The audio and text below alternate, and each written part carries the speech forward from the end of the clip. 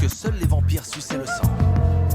Dans le monde semé d'embûches des insectes géants, il faut savoir rester vigilant ou mourir.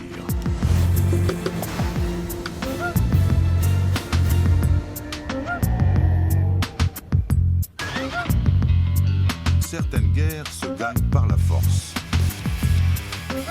D'autres requièrent plus de subtilité. Lorsque des prédateurs ont recours au talent et à la ruse, ils n'en sont que plus redoutables. Quand un grillon des bois et une néphile dorée se partagent le même territoire, il arrive que la tension monte et que la guerre éclate.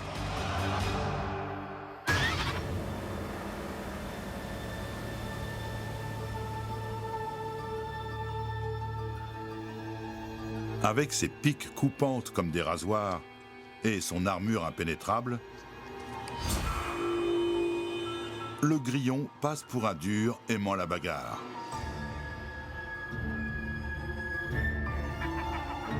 Les apparences sont parfois trompeuses. Avec toutes ces piques sur le corps, on dirait une machine de guerre blindée. Mais devinez quoi? Les seules choses qu'il attaque sont des feuilles, des fruits et l'écorce des arbres.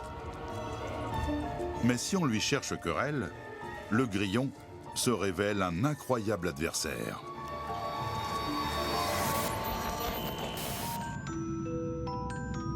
Son exosquelette cuirassé est très dur.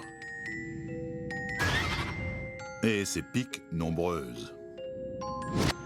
Elles peuvent infliger de sérieuses blessures.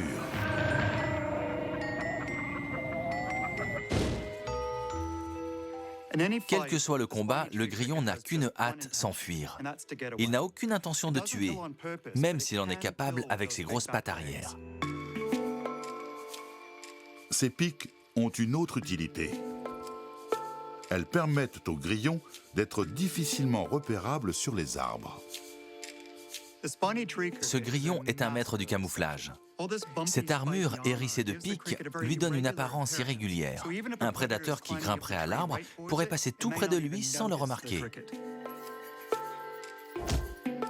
Le grillon fait tout pour se dissimuler au regard des autres, contrairement à une autre créature de la forêt vierge qui, elle, est loin de passer inaperçue. Avec sa tête dorée et ses rayures de couleur vive pour éloigner les prédateurs, la néphile dorée est tout sauf timorée. Sa toile est aussi saisissante que mortelle. Les néphiles dorés ne sont pas appelés dorés pour rien. Leur toile a vraiment un magnifique reflet doré, surtout en pleine lumière. C'est un cocktail de composés chimiques à l'intérieur de l'araignée qui donne à sa soie cet aspect doré sous les rayons du soleil. L'intérêt de cette couleur est double.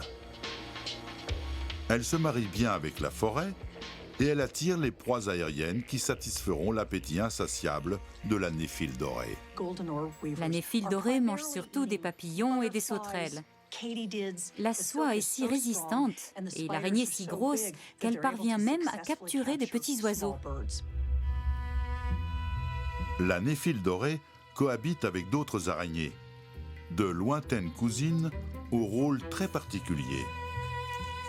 Ce sont des kleptoparasites. Elles se nourrissent des restes de leur hôte. La toile de la néphile dorée est un peu comme une ville et les kleptoparasites font en quelque sorte office d'éboueurs. Ils nettoient la toile.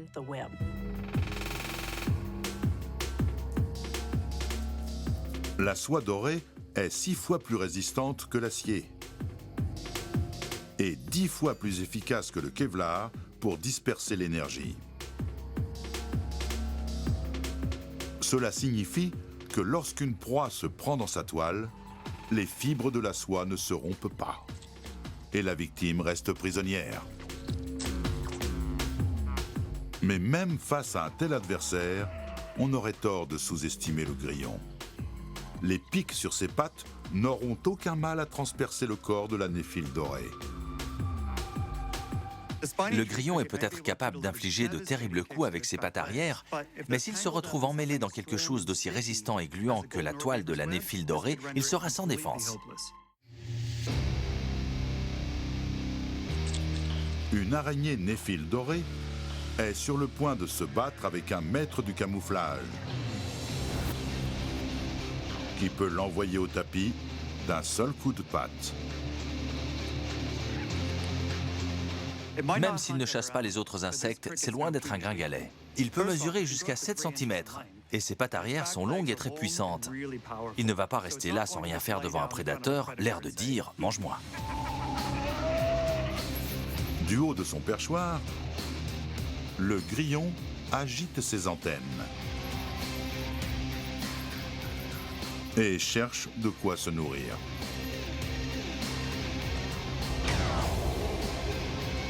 Il saute, vole dans les airs et atterrit sur une toile de néphile dorée. La toile gluante absorbe l'énergie du grillon et emprisonne ses pattes. La néphile dorée se précipite et se met à l'ouvrage. Avec les nombreux fils qui sortent de ses filières, l'araignée lui confectionne un linceul de soie. Si la proie est forte, elle commencera par l'emmailloter. En fait, elle la momifie. Le grillon continue à se débattre. Tant que ses pattes ne seront pas ligotées, l'araignée risque sa vie. Il suffit d'un coup bien placé, ou qu'une seule de ses piques s'enfonce dans son abdomen, et c'est la mort. Si la néphile dorée reçoit un coup de patte, les pics n'auront aucun mal à pénétrer son exosquelette et elles provoqueront de graves lésions. S'il atteint une partie de son corps non protégée, ce sera la fin. Le grillon est toujours en vie et se débat. En vain. L'araignée plonge ses crocs. Son venin est puissant. Il n'y a aucune échappatoire possible, ni aucun futur. C'est terminé pour le grillon. La néphile dorée commence son repas. Mais ce soir, la reine de ce royaume doré ne dînera pas seule. L'un de ses serviteurs s'invite à table. Le grillon est, après tout, un très gros repas. Et quand tuer est aussi facile, on peut se permettre d'être généreux avec ses voisins. Et voilà, des pattes puissantes et un look de dur ne font pas le poids contre la soie d'araignée la plus résistante au monde. Certains combats entre insectes ressemblent aux combats en cage. Ce sont des rencontres musclées où tous les coups sont permis, mais sans arbitre pour arrêter le combat.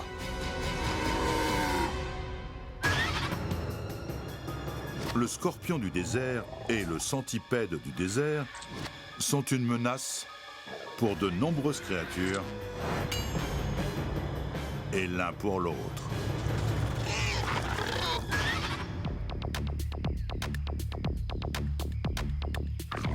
Pour survivre dans un environnement hostile, il faut faire partie des durs. Et on peut difficilement faire plus belliqueux que le scorpion du désert et son inquiétant armement de combat. Les scorpions ont deux caractéristiques qui leur sont uniques. Premièrement, ils ont un dard à la base de leur queue qui délivre un venin assez puissant. Et deuxièmement, leurs palpes ont évolué en pinces. Les scorpions se divisent en deux catégories. Des petites pinces et un gros dard, ou à l'image du scorpion du désert, un dard plus petit mais des pinces monstrueuses.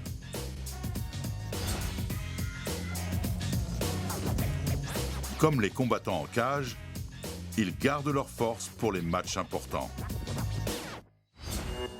Les scorpions du désert ne dépensent pas inutilement leur énergie. Les scorpions ont un métabolisme très lent. Il a été comparé au métabolisme d'une graine de radis et il est incroyablement lent. Avec un métabolisme pareil, ils n'ont pas besoin de manger très souvent. Ils ne doivent capturer une proie qu'une fois par an, à peu près. Mais lorsqu'ils mangent, ils ont un bon coup de fourchette. Ces énormes pinces serrent les proies comme dans un étau. Autour de sa bouche, des pièces buccales modifiées appelées chélicères réduisent la chair en bouillie et l'introduisent dans la bouche. Tous les prédateurs sont loin d'être des convives aussi agréables. Ce soir, le scorpion du désert rencontrera un combattant tout aussi redoutable. Le centipède du désert. En tant qu'insecte, il y a certaines créatures qu'il vaut mieux éviter de croiser. C'est l'un des tueurs les plus efficaces de tous les arthropodes. C'est aussi l'un des plus rapides. Les 42 pattes du centipède du désert sont rapides et meurtrières. Chaque pied du centipède se termine par une pique très pointue, ce qui leur permet de se déplacer sur n'importe quel terrain, que ce soit sur de la terre, des pierres, des troncs d'arbres et même de l'herbe. À vitesse maximale, seules 3 ou 4 pattes supportent le poids de son corps. C'est un aéroglisseur venimeux. Ces 2 pattes antérieures se sont transformées en pinces venimeuses. Elles injectent des toxines qui s'attaquent aux organes vitaux des victimes.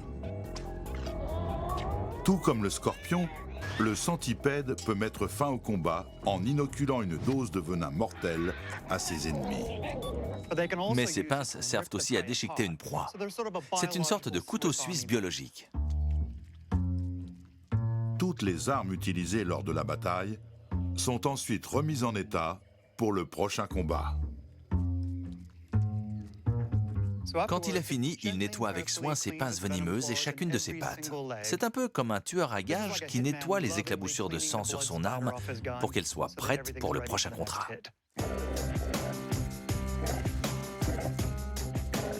Le centipède du désert a plusieurs cordes à son arc. C'est aussi un maître de l'illusion. La partie avant et la partie arrière sont très semblables. Quand le centipède est immobile, on ne peut savoir où se trouve sa tête ni de quel côté il va partir. C'est une supercherie naturelle très élaborée. Ce n'est qu'au moment où il se déplacera que la proie saura s'il s'éloigne ou s'il se rapproche et par quel côté elle va être attaquée.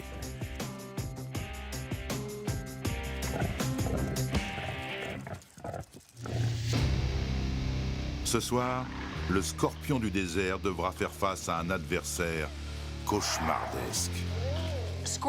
Les scorpions sont de très bons prédateurs, mais ils ne sont pas spécialement rapides.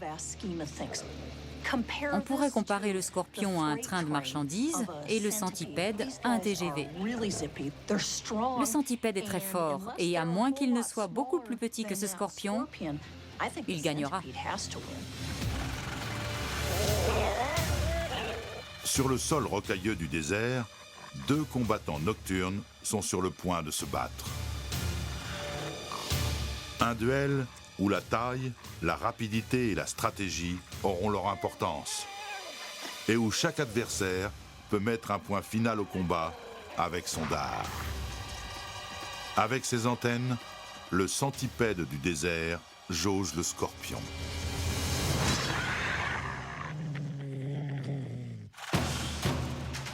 Il tente une approche directe, mais les pinces du scorpion le tiennent à distance.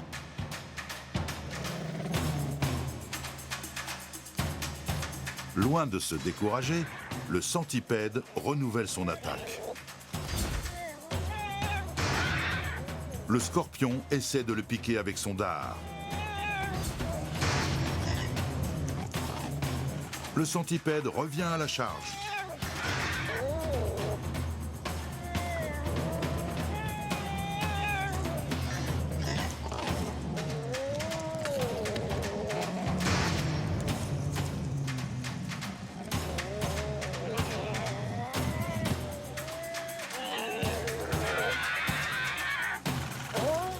Le scorpion essaie de s'enfuir, mais le centipède le retient par la queue.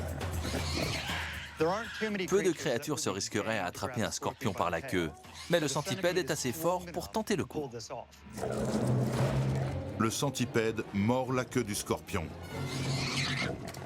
Le centipède a neutralisé l'arme principale du scorpion. Maintenant que sa queue est immobilisée, son dard est inutilisable. Le scorpion n'a plus que ses pinces pour se défendre. Il tente d'attraper le centipède.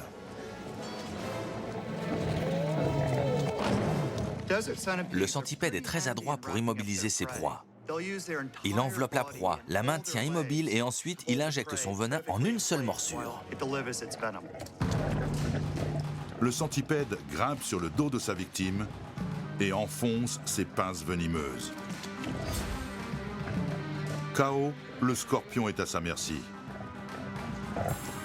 Mais dans cette cage, il n'est pas possible de frapper le sol pour mettre fin au combat. Ce n'est pas en affrontant cette brute à 42 pattes au corps à corps que le scorpion aura une chance de l'emporter. Maintenant que le venin s'écoule dans son corps, c'est la fin. Quand ces deux combattants sont entrés dans la cage, ils savaient que la récompense du vainqueur serait de manger le perdant.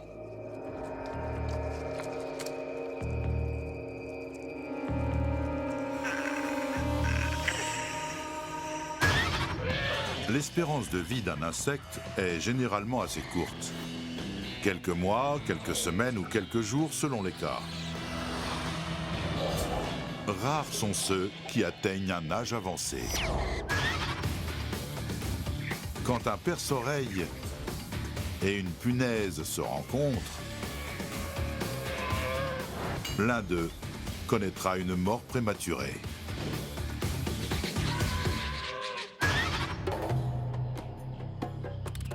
Le perce-oreille est l'éboueur des insectes.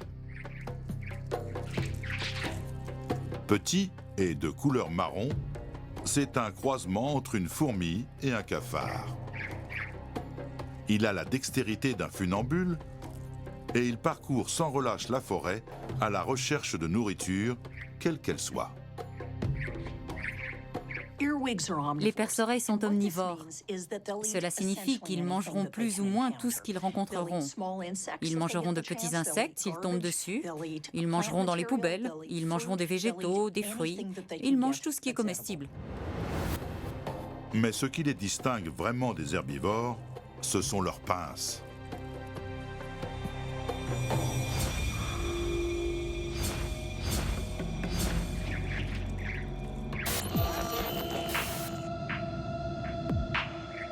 Elles ressemblent à des forceps et sont appelées cerques. Elles peuvent infliger de vilaines blessures.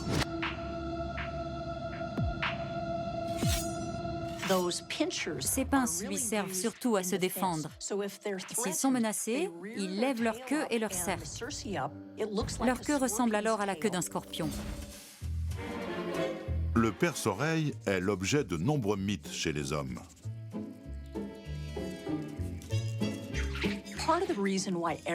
Si tout le monde connaît le perce-oreille, c'est en partie à cause du mythe affirmant que les perce-oreilles, avec leurs cercles, sont dangereux parce qu'ils peuvent s'introduire dans l'oreille des hommes et percer des trous dans le cerveau.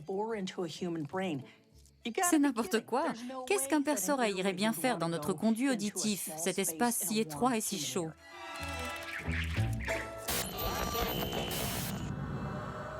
Les autres insectes se méfient non seulement de ces pinces, mais aussi de ces mandibules qui peuvent faire de sérieux dégâts.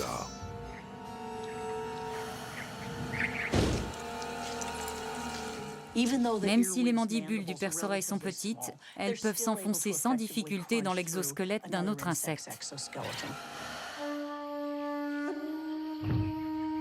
Non loin de là, se trouve un autre prédateur, moins connu, mais tout aussi étrange. Cette punaise est un croisement entre un coléoptère et un oiseau. C'est l'un des plus gros spécimens de punaise et elle a vraiment une mine patibulaire. Elle a une tête de vautour, des yeux perçants et juste entre les deux, une arme protubérante.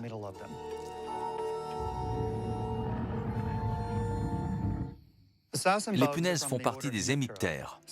On compte 75 000 espèces qui toutes ont en commun un appendice appelé proboscis qui sert à aspirer les jus nutritifs des plantes et des insectes. La punaise, elle, ne s'en sert que sur d'autres insectes. Cette punaise est surnommée la tueuse d'abeilles pour une bonne raison. Il s'agit de son plat favori. C'est pourquoi on la trouve généralement près des fleurs. Mais elles ne sont pas difficiles et si un autre insecte se présente, elles en feront quand même leur repas. La punaise a pour terrain de chasse les fleurs de la forêt vierge. Pour assassiner ses proies, la punaise dispose d'une arme effroyable. Un rostre aussi long et pointu qu'une aiguille et qui aspire la chair liquéfiée de ses victimes. Surnommée la punaise assassine, elle porte bien son nom.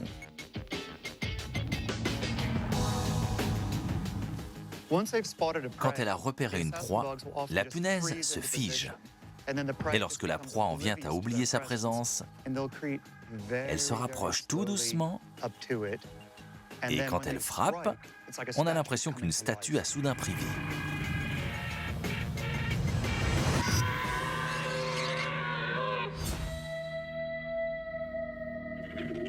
Ce rostre ne sert pas uniquement à harponner les autres insectes. C'est également une seringue hypodermique. La punaise injecte une salive paralysante qui s'attaque aux muscles et aux nerfs de ses proies.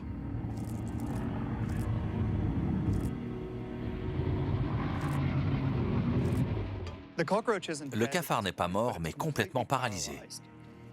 C'est ce qui permet à la punaise de le retourner dans n'importe quelle position quand elle le mange. Elle lui enfonce son proboscis où elle le désire. La punaise se sert à présent de son rostre comme d'une paille, et la voilà qui aspire tranquillement son cocktail au cafard dans ce café de fleurs. Ce café improvisé sera-t-il aussi confortable quand un perce-oreille entrera pour passer commande?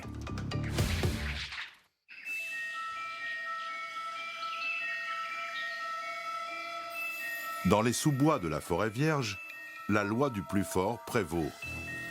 Et peu de créatures atteignent un âge vénérable.